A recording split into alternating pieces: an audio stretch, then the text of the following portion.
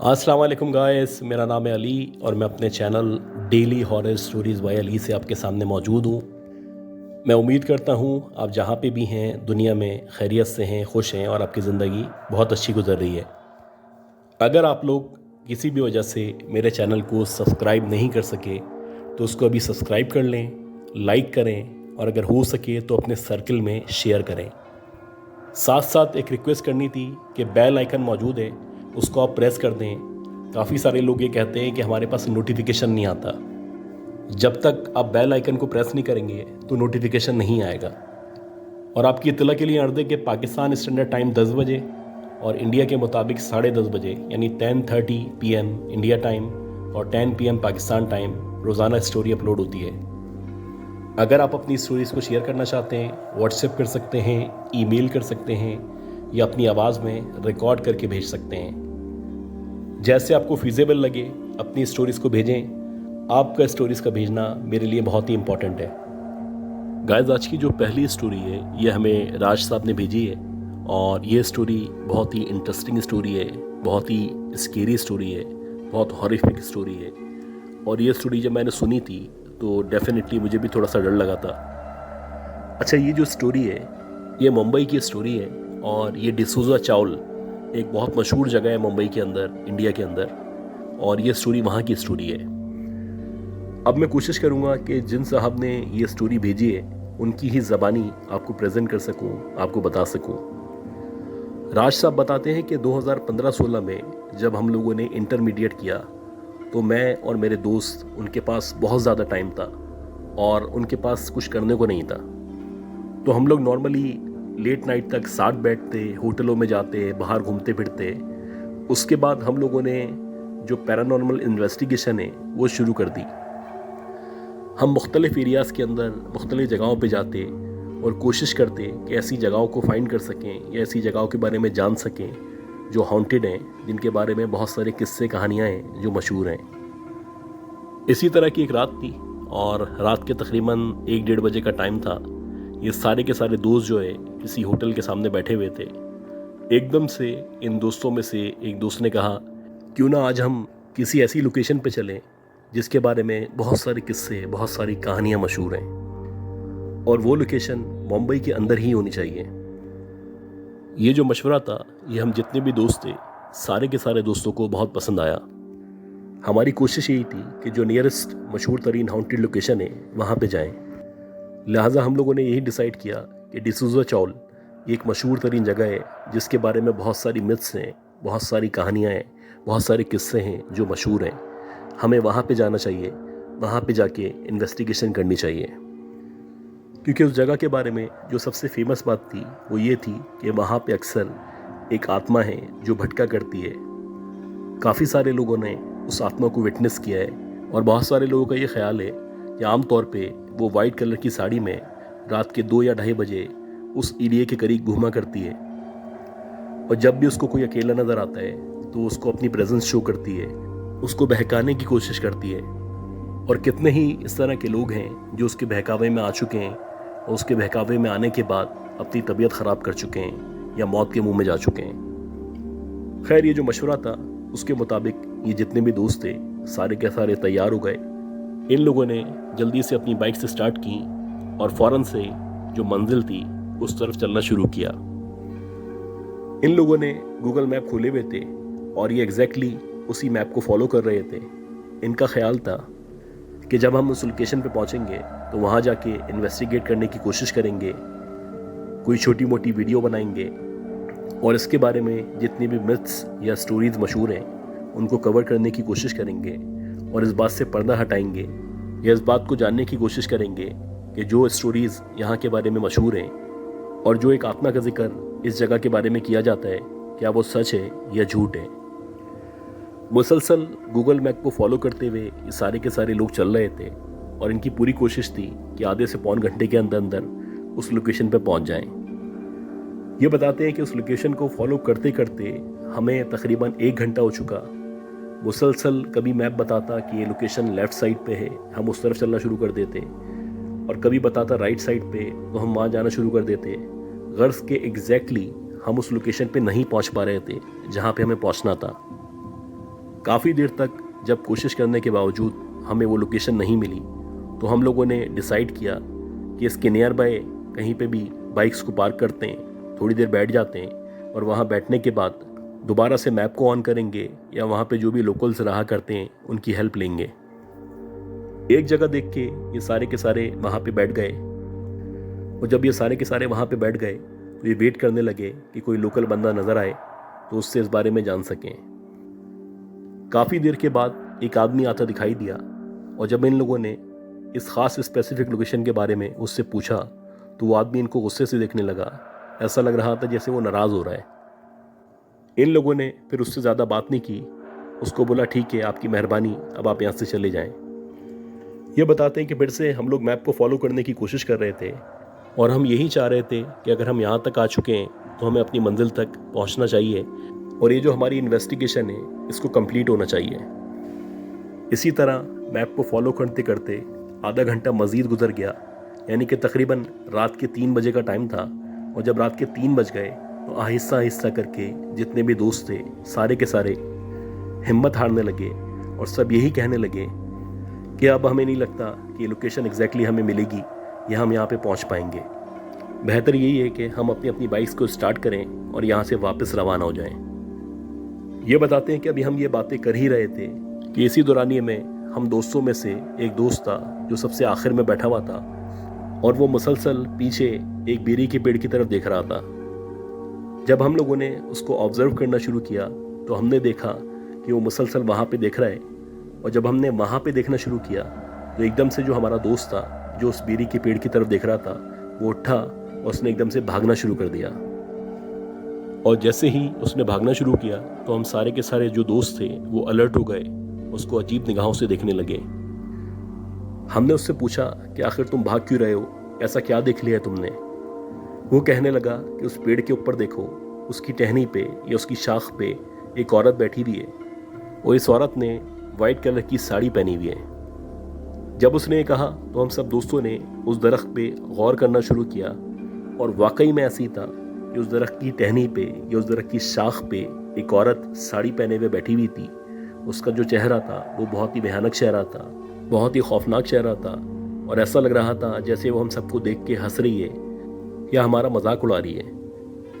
खैर जैसे ही हमारे उस दोस्त ने भागना शुरू किया तो हम भी साथ साथ उसके भागे और हमारी पूरी कोशिश थी जितना जल्दी हो सकता है हम बाइक्स तक पहुँचें, बाइक्स को स्टार्ट करें और यहाँ से निकलें। जैसे ही इन बाइक के करीब पहुँचे तो हमने पीछे मुड़ के देखा और जब हमने पीछे मुड़ के देखा तो हमने देखा कि वो औरत जो उस बेरी के दरख्त पे टहनी पे या शाख पे बैठी हुई थी वो एकदम से नीचे कूदी है और ना सिर्फ कूदी है, कूदते ही उसने बाकायदा हम लोगों की तरफ दौड़ना शुरू कर दिया है। और वो जितनी तेज़ी से भाग रही है इतनी तेज़ी से ना कोई इंसान भाग सकता है, ना किसी इंसान के अख्तियार में कि वो भाग सके। खैर जैसे तैसे हम लोगों ने बाइक स्टार्ट की और बाइक स्टार्ट करते ही बाइकें दौड़ाना शुरू कर दी।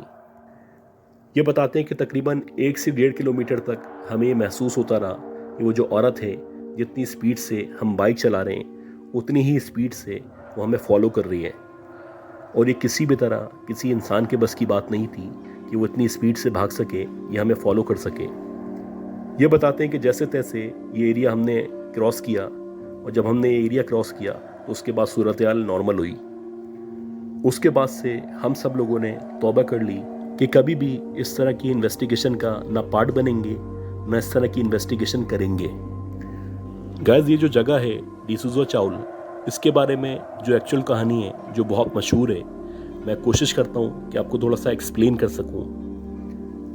इस जगह के बारे में कहा जाता है कि ये बहुत रश वाली जगह है, यहाँ पे बहुत सारी फैमिलीज़ हैं जो आबाद हुआ करती हैं। ये जो एरिया है ये शुरू से ही पानी का जो मसला है उसको फेस कर रहा है, यानी कि यहाँ पे पानी की जो अवेलेबिलिटी है वो बहुत कम है या ना होने के बराबर है।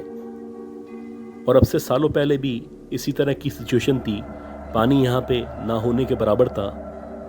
तो यहाँ के जितने भी लोकल्स थे उन लोगों ने ये डिसाइड किया कि ये जो पानी का मसला है इसको हल होना चाहिए और ना सिर्फ हल होना चाहिए बल्कि परमानेंट हल होना चाहिए। लिहाजा इन लोगों ने डिसाइड किया कि इस डिसूज़ा चाउल के अंदर एक कुआं खुदवाएंगे। ये जो कुआं होगा बहुत गहरा कुआं होगा, बहुत बड़ा कुआं होगा, ताकि इस इलाके के अंदर जितने भी लोग रहा करते हैं वो अपनी पानी की ज़रूरत को पूरा कर सकें और साथ साथ ये जो पानी की कमी है इस मसले से निपट सकें। खैर, काफ़ी जद्दोजहद के बाद ये जो प्लान था इसके ऊपर अमल शुरू किया गया और कुएं की खुदाई शुरू कर दी गई। अल्लाह अल्लाह करके काफ़ी अरसे में ये जो कुआं था वो खुद गया, यहाँ पे पानी आ गया और ये जो कुआं था बहुत चौड़ा कुआं था, बहुत गहरा कुआं था। और जब ये कुआं खुद चुका था तो ये जो इलाका था या इसके जो मकीन थे वो बहुत ज़्यादा खुश थे। लेकिन अनफॉर्चुनेटली उनसे एक गलती हो गई। वो गलती इस तरह से थी कि ये जो कुआं था इसके सराउंडेड एरिया में या इसके चारों तरफ जैसे आमतौर पे दीवारें खड़ी की जाती हैं ताकि कोई हादसा ना पेश आ सके, अनफॉर्चुनेटली ये जो जगह थी या ये जो कुआं था इसको खोद तो दिया गया था, कुआं बना दिया गया था, लेकिन इसके चारों तरफ ना दीवारें खड़ी की गई थी और ना ही लोगों की सिक्योरिटी के लिए कोई इंतजामात किए गए थे। तो लोग आते थे इसी तरह ओपन जगह पे पानी निकालते थे, पानी भरते थे और वापस चले आते थे। अब से कई साल पहले इसी तरह एक औरत थी और वो औरत पानी भरने के लिए तकरीबन रोज़ाना आया करती थी। इसी तरह एक दिन वो पानी भरने के लिए आई। वो कुएं के किनारे पे बैठी हुई थी, मुसलसल पानी निकाल रही थी कि पानी निकालते निकालते उसका पाँव स्लिप हुआ और जब उसका पाँव स्लिप हुआ तो वो सीधी कुएं के अंदर जाके गिरी। जब वो कुएं के अंदर जाके गिरी तो उसकी फ़ौरन से डेथ नहीं हुई। काफ़ी देर तक वो कुएं के अंदर रही, वहाँ से आवाज़ें देती रही, चीखती रही, चिल्लाती रही, लेकिन अनफॉर्चुनेटली किसी ने भी उसकी आवाज़ें नहीं सुनी और वो उस कुएं के अंदर ही दम घुटने की वजह से मर गई। कहा जाता है जब से ये औरत मरी थी या जब से इसकी डेथ हुई थी उस वक्त से इसकी आत्मा इस पूरे एरिया में भटका करती है। बहुत सारे लोगों ने अपनी आंखों से इसकी भटकती हुई आत्मा को विटनेस किया है और लोगों ने यही कहा है कि ये जब भी नज़र आती है आमतौर पे इसने वाइट कलर की साड़ी पहनी भी होती है और अक्सर लोगों ने देखा है कि इसके पूरे जिस्म पे या इसकी पूरी साड़ी पे खून लगा हुआ होता है और इस खून को देख के आमतौर पे लोग यही समझते हैं कि शायद कोई ज़ख्मी औरत है जिसको मदद की ज़रूरत है और जब वो मदद करने के लिए इसके पास आते हैं या इसके करीब आते हैं तो इनको डराती है या इनको डराने की कोशिश करती है। गाइस, इसी तरह की एक स्टोरी है जो इंडिया में मशहूर है और कहा जाता है कि इंडिया के अंदर पंजाब में एक बहुत पुराना गांव है। वहाँ पे भी शुरू में पानी की बहुत ज़्यादा किल्लत हुआ करती थी। कुछ गांव इस तरह के थे जहाँ पे पानी की फैसिलिटी थी, कुएं वगैरह मौजूद थे, लेकिन ये जो गांव है जिस गांव का जिक्र हो रहा है यहाँ पे शुरू से ही ना कोई कुआं मौजूद था, ना पानी का कोई ख़ास इंतज़ाम था। आमतौर पे जो गांव वाले थे वो दूसरे गांव जाते थे और वहाँ से गधा गाड़ी या घोड़े गाड़ी पे पानी रख के लाया करते थे। जब बहुत ज़्यादा मुश्किलात पैदा हुई या बहुत ज़्यादा मामलात ख़राब होते चले गए तो इसी गांव के अंदर एक शख्स रहा करता था जिसका नाम गोपी था। वो जो शख्स था उसकी इस गांव के अंदर कुछ ज़मीनें मौजूद थी। उसने ये डिसाइड किया कि जो मेरे गांव वाले हैं वो बहुत ज़्यादा परेशान होते हैं, बहुत ज़्यादा परेशानी फेस करते हैं, इनको दूसरे गांव में जाना पड़ता है, क्यों ना इसका हल निकाला जाए, क्यों ना इस गांव में जो मेरी ज़मीन है वहाँ पे एक कुआं खोदा जाए और जब ये कुआं खुद जाएगा तो ना सिर्फ मेरे काम आएगा बल्कि मेरी नस्लों के काम आएगा और इसके साथ साथ जो गांव वाले हैं वो भी यहाँ से पानी भर सकेंगे। जब इसने अपने प्लान गांव वालों को दिया तो गांव वाले खुशी से फूले नहीं समा रहे थे, क्योंकि कोई भी ऐसा नहीं था जो इस तरह का स्टैंड ले पाता। ख़ास तौर पे ये जो शख्स था ये अपनी ज़मीन के लिए ऑफ़र कर रहा था कि जो मेरी ज़मीन है वहाँ पे कुआं खोदा जाए, वहीं पे कुआं बनाया जाए। अब ये जो इसकी ज़मीन थी, इस ज़मीन पे बहुत सारे पेड़ मौजूद थे और ज़्यादातर जो दरख्त थे वो बरगद के थे या बेरी के थे।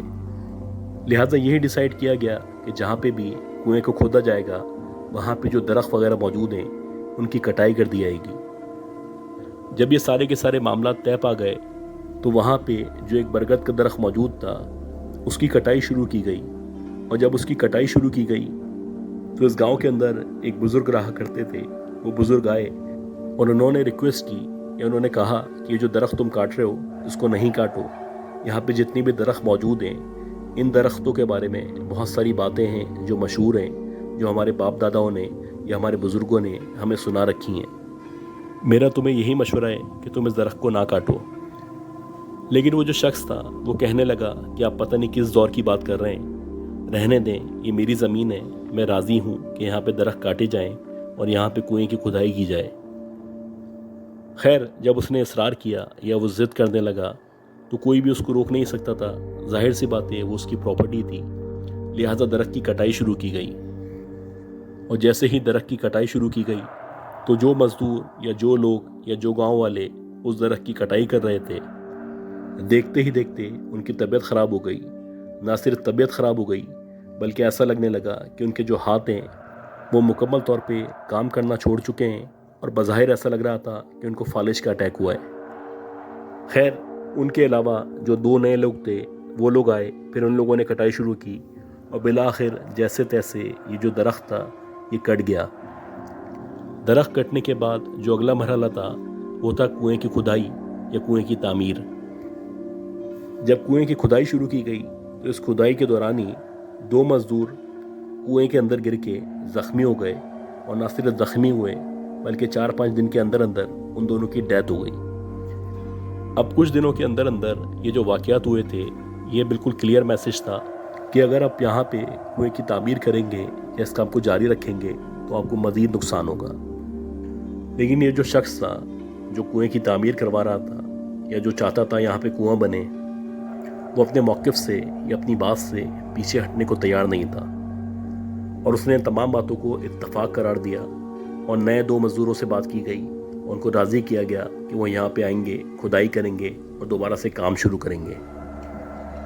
ये मज़दूर जब से आए, इन लोगों ने काम शुरू किया तो बज़ाहिर ऐसा लग रहा था कि सब कुछ नॉर्मल है। इसी तरह एक दिन गुजर गया और दिन गुजरने के बाद जब रात हुई तो रात में जो शख्स था जो कुएं की तामीर करवा रहा था, जो लोगों का भला चाहता था, जब ये सोने के लिए लेटा और इसकी आंख लगी तो इसने ख्वाब देखा और इसने उस ख्वाब के अंदर देखा कि उसी एरिया में या उसी जगह पे खड़ा हुआ है जहाँ पे कुएं की तामीर की जा रही है। और ये उस जगह पे अकेला मौजूद नहीं है, ये एक तरफ खड़ा हुआ है, दूसरी तरफ इसकी बीवी, इसकी बेटी, इसका बेटा और इसकी माँ खड़े हुए हैं। अभी ये वहाँ पे खड़ा हुआ ही होता है और कुएं की तामीर शुरू करता है। इसी दौरानिए में 2 औरतें ब्लैक साड़ी के अंदर चलती हुई इसकी माँ के करीब आती हैं और इसकी माँ के करीब आने के बाद कहती हैं कि अपने बेटे को रोको, अगर इसने ये जो कुआं बना रहा है इसकी तामीर को नहीं रोका तो हम तुम सबको, ख़ास तौर पे तुम्हें ख़त्म कर देंगे। ये सुनने के बाद ये ख्वाब के अंदर भी उनको कहता है कि तुम मेरा कुछ नहीं कर सकती, मैं यहाँ पे कुएं की तामीर करूँगा और इस कुएं से गांव वालों को, मेरे घर वालों को, सबको फ़ायदा होगा। और जैसे ही ये इस तरह की बात करता है वैसे ही वो जो औरतें हैं वो एकदम से इसकी मदर के करीब आती हैं और ना सिर्फ करीब आती हैं बल्कि इसकी मदर की गर्दन पे अपने दांत रखती हैं और दांत रखने के बाद इसकी माँ का खून पीने लगती हैं। और देखते ही देखते ख्वाब के अंदर ही इसकी माँ जो है उसका इंतकाल हो जाता है। इसकी माँ का खून पीने के बाद वो जो औरतें हैं वो इसकी बीवी की तरफ बढ़ती हैं और उसके साथ भी ऐसे ही करती हैं और बीवी के साथ करने के बाद इसकी बेटी की तरफ बढ़ने लगती हैं। जैसे ही वो औरतें इसकी बेटी की तरफ बढ़ती हैं तो वैसे ही इसकी आंख खुल जाती है।